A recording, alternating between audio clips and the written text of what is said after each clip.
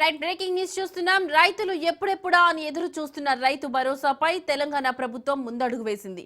సాగు చేసే రైతన్నలకు అండగా నిలిచేందుకు కసరత్తు పూర్తి చేసింది. ఈ సంక్రాంతి నుంచి రైతు భరోసాను అందజేయనున్నట్లు తెలుస్తోంది. ఎట్టకేలకు cabinet sub committee Rythu Bharosa పంపిణీపై విధి విధానాలు సిద్ధం చేసింది. సాగులో ఉన్న భూమి ఎంత ఉన్నా రైతు భరోసా ఇవ్వాలని కేబినెట్ సబ్ కమిటీ సూత్రప్రాయంగా నిర్ణయం తీసుకుంది. సంక్రాంతి నుంచి అమలు చేసే రైతు భరోసా పథకాన్ని పంటలు సాగు చేసే రైతులందరికీ వర్తింపచేయాలంటూ రాష్ట్ర ప్రభుత్వానికి సిఫారసు చేయాలని మంత్రివర్గ ఉపసంఘం నిర్ణయించింది. ఎన్ని ఎకరాలైనా ఇవ్వాలని, ఎవరికి భూపరిమితి పెట్టకూడదని, ఆదాయ పన్ను చెల్లించే వారికి ఆర్థిక సాయం అందించాలని అభిప్రాయపడింది. యాసంగిలో 80 లక్షల ఎకరాల్లో రైతులు పంటలను సాగు చేస్తున్నారు. గత వానాకాలంలో పత్తి వేసిన 40 లక్షల ఎకరాలు కలిపి మొత్తం 1.20 కోట్ల ఎకరాలకు పథకం అమలు చేయాలని సూచించింది. గ్రామ సభల ద్వారా ఈ నెల 5 నుంచి 7 వరకు దరఖాస్తులను స్వీకరించనుంది. పథకం కోసం గ్రామ సభల్లో రైతుల నుంచి దరఖాస్తులను తీసుకోవాలని సబ్ కమిటీ నిర్ణయించింది. శాటిలైట్ మ్యాపింగ్ ద్వారా సాగు భూములను గుర్తించేందుకు ప్రభుత్వం అనుమతించింది. వ్యవసాయేతర భూములను పథకం నుంచి మినహాయించాలంది. ఈ పథకంపై విస్తృత ప్రచారం నిర్వహించాలని తెలిపింది. సంక్రాంతి రోజున మండలానికో గ్రామంలో భారీ ఎత్తున చెక్కుల పంపిణీ కార్యక్రమం చేపట్టాలని ప్రతిపాదించింది. కాంగ్రెస్ ఎన్నికల ప్రణాళికలో ఎకరానికి 7,500 ఇస్తామని పేర్కొన్నప్పటికీ ఆర్థిక వనరుల అందుబాటును దృష్టిలో పెట్టుకుని ఎకరానికి 6,000 చొప్పున సాయం అందించాలని కేబినెట్ సబ్ కమిటీ నిర్ణయం తీసుకుంది.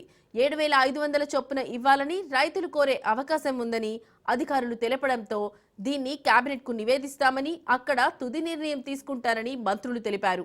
ఎకరానికి 6,000 చొప్పున ఇవ్వాలని ప్రతిపాదిస్తే మొత్తం 1.20 కోట్ల ఎకరాలకు 7,200 కోట్లను 7,000-5,000 చొప్పున చెల్లించాల్సి వస్తే 9,000 కోట్లు అవసరమని అధికారులు కేబినెట్ సబ్ కమిటీ దృష్టికి తీసుకొచ్చారు. ఇక దీనిపై సీఎం రేవంత్ రెడ్డిని సబ్ కమిటీ చైర్మన్ బట్టి విక్రమార్క కలవనున్నారు. ముఖ్యమంత్రి నివేదిక ఇచ్చిన అనంతరం కేబినెట్ దీనిపై తుది నిర్ణయం తీసుకోనుందని తెలుస్తోంది.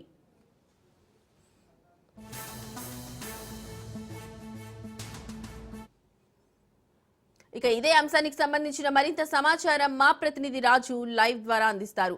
రాజు, చెప్పండి, మీ దగ్గరున్న లేటెస్ట్ అప్డేట్స్ ఏంటి? ముఖ్యంగా రైతు భరోసాపై ఎట్లాంటి ఆంక్షలు విధించకూడదని కేబినెట్ సబ్ కమిటీ అయితే నిన్న సూత్రప్రాయంగా అభిప్రాయపడ్డట్టుగా కూడా మనకు తెలుస్తూ ఉంది. నిన్న సచివాలయంలో జరిగినటువంటి సమావేశంలో కేబినెట్ సబ్ కమిటీ చైర్మన్గా ఉన్నటువంటి మల్లు భట్టి విక్రమార్క ఆధ్వర్యంలో ఈ సమావేశం జరిగింది. ఈ సమావేశంలో మంత్రులు పొంగులేటి శ్రీనివాసరెడ్డి, తుమ్మల నాగేశ్వరరావు, అదేవిధంగా ఈ యొక్క సమావేశంలో చర్చించిన ముఖ్యంగా ఏదైతే ముఖ్యంగా అంటే రైతు భరోసా, గతంలో ఉన్నటువంటి రైతు బంధు, గత బీఆర్ఎస్ ప్రభుత్వం ఇచ్చినటువంటి ఏదైతే రైతు బంధు ఉందో దాన్ని రైతు భరోసాగా కాంగ్రెస్ ప్రభుత్వం అయితే పేరు మార్చడం జరిగింది. ఈ రైతు భరోసా కింద సంవత్సరానికి ఎకరానికి 15,000 ఇవ్వాలని చెప్పేసి ఇప్పటికే సూత్రప్రాయంగా ఇప్పటికే అంటే ఈ యొక్క కమిటీ, కేబినెట్ సబ్ కమిటీ ఇప్పటికే ఒక నివేదిక తయారు చేసినట్టుగా కూడా తెలుస్తూ ఉంది. ఈ యొక్క నివేదికలో పలు అంశాలను పొందుపరిచినట్టుగా కూడా తెలుస్తూ ఉంది. ఎందుకంటే ఎట్లాంటి షరతులు కూడా పెట్టొద్దు అని చెప్పేసి రైతులకు ఈ యొక్క కేబినెట్ సబ్ కమిటీ నిర్ణయం తీసుకున్నట్టుగా కూడా తెలుస్తూ ఉంది. ముఖ్యంగా ఎన్ని ఎకరాలు రైతు సాగు చేసినా కూడా అన్ని ఎకరాలకు రైతు భరోసా వర్తింపజేయాలని ఇప్పటికే నిర్ణయం తీసుకున్నట్టుగా కూడా తెలుస్తూ ఉంది. ఇప్పుడు ఫర్ ఎగ్జాంపుల్ ఒక రైతుకు 10 ఎకరాల ల్యాండ్ ఉంటే 7 ఎకరాలు సాగు చేస్తే కనుక కేవలం 7 ఎకరాలకే వర్తింపజేయాలనే విధంగా కూడా ఈ యొక్క నిర్ణయాలు ఉండబోతున్నట్టుగా కూడా తెలుస్తూ ఉంది.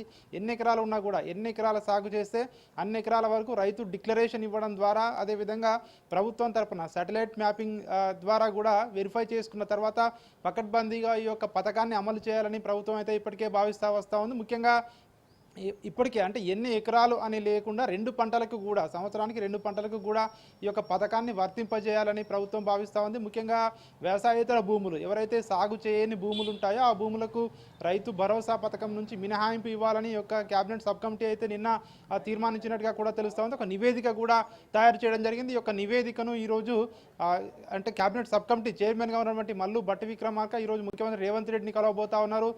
వీళ్ళు దీనిపై కూడా ఈరోజు మరోసారి చర్చించబోతా ఉన్నారని చెప్పి తెలుస్తూ ఉంది. రేపు క్యాబినెట్ భేటీ ఉండబోతా ఉంది. రేపు క్యాబినెట్లో ఈ యొక్క క్యాబినెట్ సబ్ కమిటీ ఇచ్చిన ఏదైతే రిపోర్ట్ ఉందో రిపోర్ట్పై క్యాబినెట్లో చర్చించిన తర్వాత దీనికి ఆమోద ముద్ర వేసే అవకాశం కూడా కనిపిస్తూ ఉంది. ముఖ్యంగా ఎకరాలకు ఇన్ని ఎకరాల సీలింగ్ అనేది పెట్టక బోము అని చెప్పేసి ఇప్పటికే ప్రభుత్వ వర్గాల నుంచి మనకు సమాచారం అంతా ఉంది. ముఖ్యంగా ఇన్కమ్ ట్యాక్స్ కట్టే వాళ్ళకు కూడా, అదేవిధంగా బిజినెస్ వాళ్ళకైనా, ప్రభుత్వ ఉద్యోగులకైనా ఖచ్చితంగా వాళ్ళకి ల్యాండ్ ఉంటే ఎన్ని ఎకరాలు సాగు చేస్తే అన్ని ఎకరాలు వాళ్ళకు కూడా వర్తింపజేయాలని చెప్పి ఇప్పటికే క్యాబినెట్ సబ్ కమిటీ సూత్రప్రాయంగా అంగీకారం తెలిపిందని చెప్పేసి మనకు తెలుస్తూ ఉంది. కాబట్టి ఎక్కడా కూడా అంటే ముఖ్యంగా రైతులందరికీ కూడా వర్తింపజేస్తామని చెప్పి ప్రభుత్వం మొదటి నుంచి చెప్తుందో, ఖచ్చితంగా సాగు చేసే వాళ్ళందరూ రైతులకు కూడా వర్తింపజేస్తామని ప్రభుత్వం చెప్తా వస్తూ ఉందో, ఈ నేపథ్యంలోనే ప్రభుత్వం కూడా ఆ వైపుకే అడుగులు వేస్తూ ఉన్నట్టుగా కూడా మనకు తెలుస్తూ ఉంది. రేపు క్యాబినెట్ భేటీలో దీనికి ఆమోద ముద్ర వేసిన తర్వాత ఈ నెల 14వ తేదీ నుంచి రైతు భరోసా అమలు చేయబోతా ఉన్నట్టుగా కూడా తెలుస్తూ ఉంది. దీనికి సంబంధించి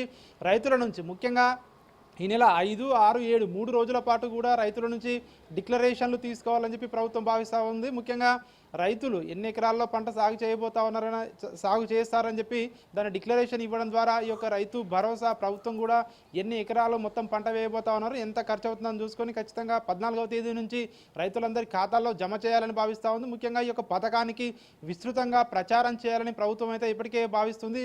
రేపు క్యాబినెట్ భేటీ తర్వాత ఈ యొక్క పథకానికి సంక్రాంతి వరకు కూడా వినూత్నంగా ప్రతి గ్రామాల్లో కూడా గ్రామ సభలు ఏర్పాటు చేసి ఈ యొక్క పథకాన్ని రైతులకు ఏదైతే కాంగ్రెస్ ప్రభుత్వం ఇచ్చిన మాట ప్రకారం 10,000 కాదు 15,000 రైతు భరోసా ఇస్తామని అయితే చెప్పడం జరిగిందో, చెప్పిన విధంగానే అమలు చేస్తున్నామని చెప్పి రైతులందరికీ తెలిసే విధంగా ఈ యొక్క పథకానికి ప్రచారం చేయాలని చెప్పి ప్రభుత్వం ఇప్పటికీ నిర్ణయించడం జరిగింది. ఏది ఏమైనప్పటికీ రేపు అధికారికంగా ఈ యొక్క విధి విధానాలన్నీ కూడా క్యాబినెట్ భేటీ తర్వాత ఇప్పటికే క్యాబినెట్ ఏదైతే సబ్ కమిటీ సూచించిందో ఆ సూచనలు కానివచ్చు, అందులో మార్పులు చేర్పులు కానివచ్చు, రేపు క్యాబినెట్ భేటీ అయిన తర్వాత క్యాబినెట్లో చర్చించి ఆమోద ముద్ర వేసిన తర్వాత ఈ యొక్క విధి విధానాలన్నీ కూడా అధికారికంగా ప్రభుత్వం వెల్లడించబోతా ఉంది. వెల్లడించిన తర్వాత 14వ తేదీ నుంచి ఈ పథకం అమలు కాబోతా ఉంది. Right Raju, thank you.